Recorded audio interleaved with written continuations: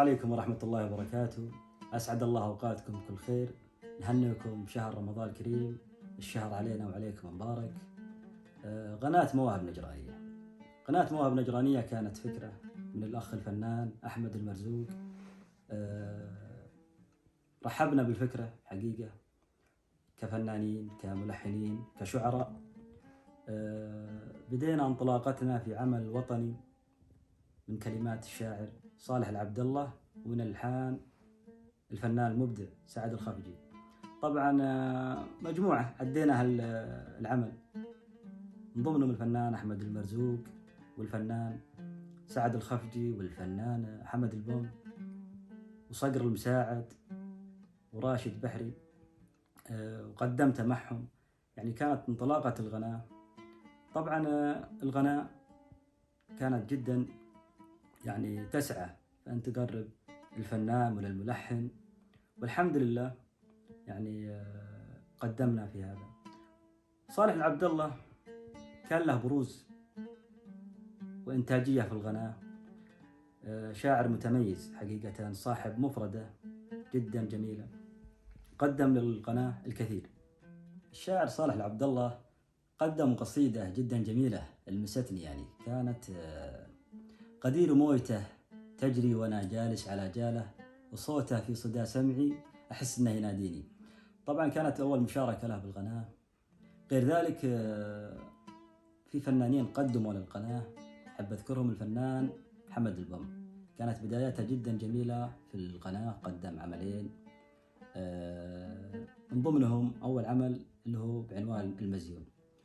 غير ذلك من الاصوات الجميلة الشجية اللي جدا يعني تطرب مسامعي حقيقة، الفنان علي بن حسين قدم عملين من ضمنهم أحطك براسي.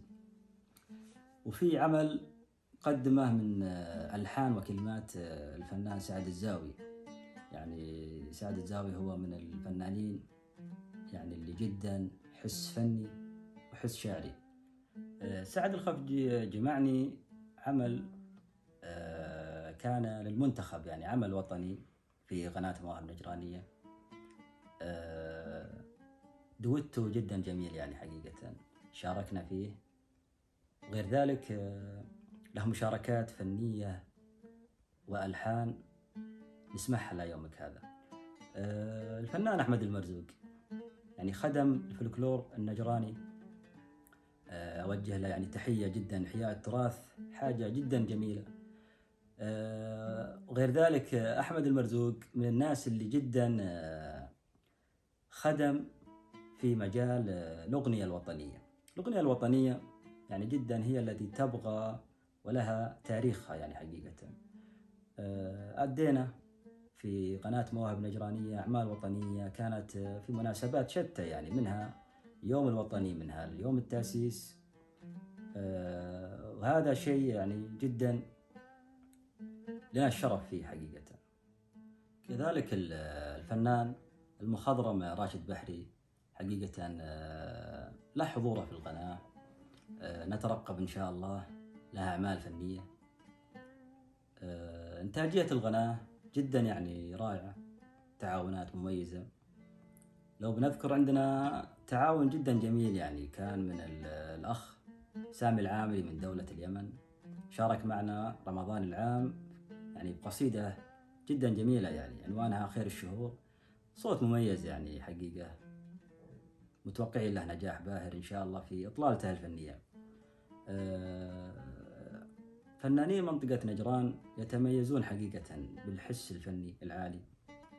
لا ننسى يعني كثير من شاركونا في قناة مواهب نجرانية، كانوا داعمين لها بكل ما تعني الكلمة، يعني في إنتاجية الأعمال، في مشاورات بعض الأمور فيها لنجاح هذه القناة.